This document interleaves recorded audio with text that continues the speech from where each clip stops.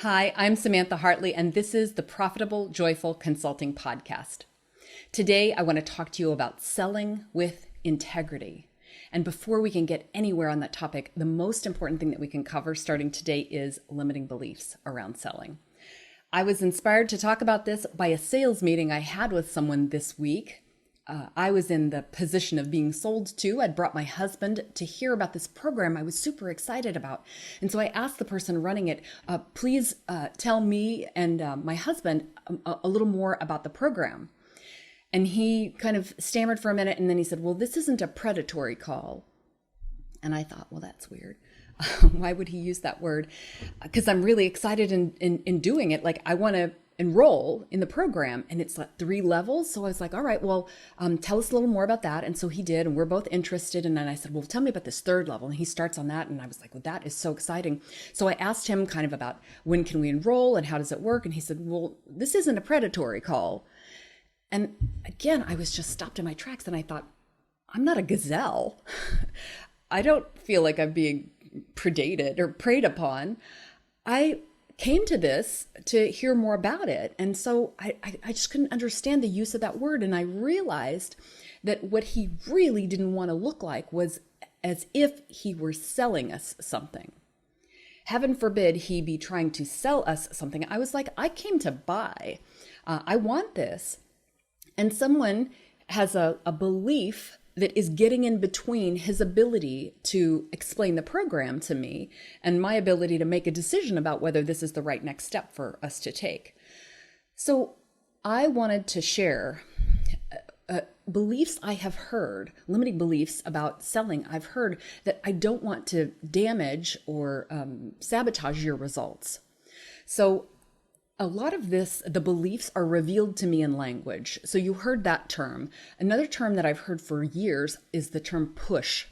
Like, well, we need to do a push, or I got to push things out there, or, well, I don't want to push people. We need to get a program push. Using the term push to refer to marketing and selling. And I do not like that as a term. We're never pushing people. We're never forcing, coercing, persuading. Like, all of this terminology to me is non cooperative. It doesn't keep in mind the fact that there's 2 of us, and each of us has to decide if we're the right fit for one another. I need to be able to explain what the program is, what my services are, what the value of the brand is, so that someone else can make a decision about that. Like, there is agency and freedom of decision on both sides. So that language to me is very problematic. And if we look at the larger meaning of, like, what is marketing if it's not pushing, and what is selling? So marketing is teaching and informing people about the value that you bring, your services, so that they can make a decision about whether or not this is the right next step for them to take. Cool? Marketing creates demand. It puts out information so that people say, oh, I want that, or, oh, I'm interested in that. Selling is when people are interested in it and they say, I think I want that. Can you tell me more about would that be a fit for me? And they're exploring it. Like, what are my choices? What could that do for me? Then selling is offering and saying, well, we have, small, medium, large. This is right for you if you are this. It's offering them the next step that they can take to enroll, to invest. And I think about it as like this restaurant I went to one time where they had a dessert tray. And after dinner, a menu didn't come out. Instead, they brought out this big tray with all these kinds of desserts on it. Well, and that certainly created demand. And as we looked at it, you could ask questions like, what's in that one? And what's that pink thing there? And, what's that a piece of? So we can ask more information to decide which of these is a fit for us.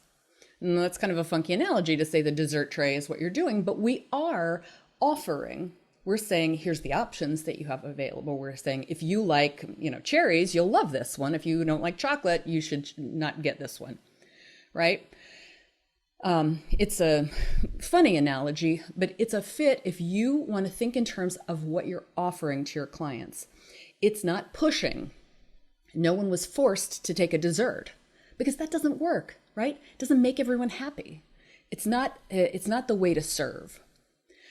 So what I think my buddy on that sales call was doing was saying, I don't want to convince someone to do something they don't want to do at all. And I was like, I want to do it. So when you're not going to be convincing someone to do something they don't want to do, you are explaining to them what the value is, and then they can decide. I mean, the whole purpose of a sales call or a sales process, whether it's on the phone or in a conference room, whether it takes place over the course of 30 minutes or whether it takes place over 5 days, 6 months. I mean, selling processes vary from organization to organization and from brand to brand. But the same thing is happening in them, which is that two organizations are deciding if we're a fit for each other. So you are explaining the value and they're deciding if this is a fit. Is it a fit for us? Is it a fit for us right now? Is this what we're looking for? Does this meet our needs? Can we invest in this? Right? That's what's happening during selling. So when people believe that they don't want to be perceived that they're trying to convince someone, the overall heading for this belief is, I hate selling. I hate selling. I don't want to be caught selling. I don't want to be caught that people might think that I'm selling. Heaven forbid. That could be the worst thing. Why? Well, because I would look needy. I might get rejected. It feels awkward. I feel vulnerable. Well, it's not about you. To me, anytime when I'm feeling those feelings around something I'm doing in my business, I realize I've slipped into thinking it's about me. It's not about us. If you're feeling like, oh my God, I can't go into this call because that makes me feel so needy, you're not focusing on the people you need to focus on, which are your customers and clients. So change your focus. An I feel needy, awkward is a prompt to think about who you're serving and how you can serve them better. We're not taking advantage of them. And when people say I hate selling, what I believe is that they hate what they think selling is.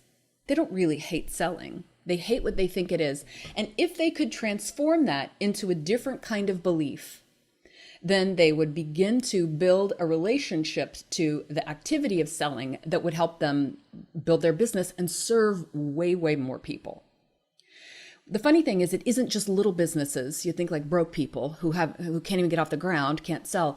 I've been with businesses in the millions who throughout the organization, there's this aversion to selling. And so it's relegated to like one person does it. But the thing is that as the owner of the business, the organization takes on the character of the leader. And the owner, especially a founder, no one can convey with the kind of passion and knowledge and expertise the value of that business better than the owner.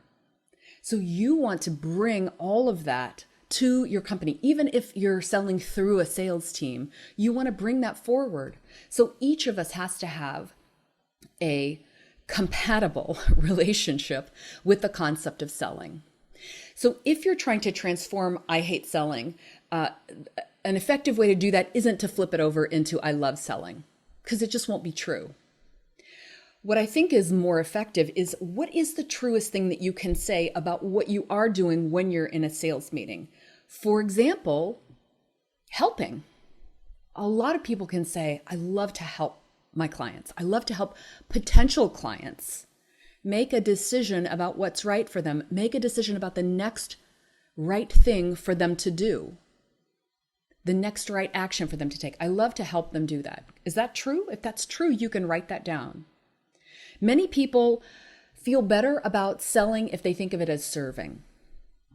I serve my clients this way. I serve them when I help them and support them in the sales process. Like, what is a sales call or a discovery call? What is that process? To me, literally, I call it this time all the time. It's a sacred process. It's a time when somebody has been incredibly vulnerable. They've come to you and they've said, we have something that we need to work on. Either we have this challenge or this problem or this opportunity. We can't do it ourselves. We need help to do that. I think that's an incredibly vulnerable ask. So when as we dig in and explore with them in the selling process, like, what's up? What have they tried? What's worked for them? What hasn't worked for them? What are their dreams, their desires, their disappointments, their hopes? As we explore that over discovery calls and in the sales process, what happens is the potential clients, very often experience insights into their own process and into what they want and why that hasn't happened for them before. They experience all kinds of insights that come from the questions that we ask them and the information that they're putting forward. That whole collaborative discovery and exploration process that we do together really does serve people. It's amazing the insights that I've seen, even from people who don't end up moving forward with someone's services. A lot of times the best thing we can do is to help someone figure out what their next step is. Well, all the time it is, but sometimes the next step isn't taken with us. Sometimes I've talked to entrepreneurs and I've said, I think you need to get a day job. I don't think you want to do this anymore. Sometimes I've said, I think the next right step for you is actually what my colleague does, and I'm going to send you to her because I think she can serve you better than I can. So if we don't keep an attachment to an outcome and we intend for the time that we spend selling, in quotation marks, to be serving them, then it's a much less hateful process, I think. The word I love is lead. I'm a leader, and what I want to do is from the very time I take that call and I begin the sales process, I want to lead someone to what is the right next step for them. And I think it's amazing. You really set up the client relationship in an amazing way. If you take leadership from the very beginning, like literally from the booking of that appointment, you take the lead, you tell them what to expect, you are leading in the call, and you lead them to the right next steps for them. It's incredible what can happen with that. And what I think is so amazing about it is that the decision that they make when you lead them to that next step, very often that next step means an investment. Investment means that money. And that is the commitment that comes with that decision. And with that commitment is sparked, that's the beginning of transformation. So if you're doing transformational engagements, which I've spoken about in past podcasts, if you're doing those, transformation begins in the sales process. It begins as they're exploring, discovering, getting insights, and making decisions. And oh my gosh, when they make a decision to invest a big amount of money with you, a transformational amount of money, that, first of all, burns up so much stuff. Just like so much stuff falls away from them in that big decision. They're like, well, I got to say goodbye to all of these things. I'm going to invest a lot of money in this next step. And transformation already begins. I've seen people who, in between the time they invested and the time that program started, make tons of sales, leave partners, make major decisions in their lives that it seemed like they needed the program, but actually the catalyst was the decision.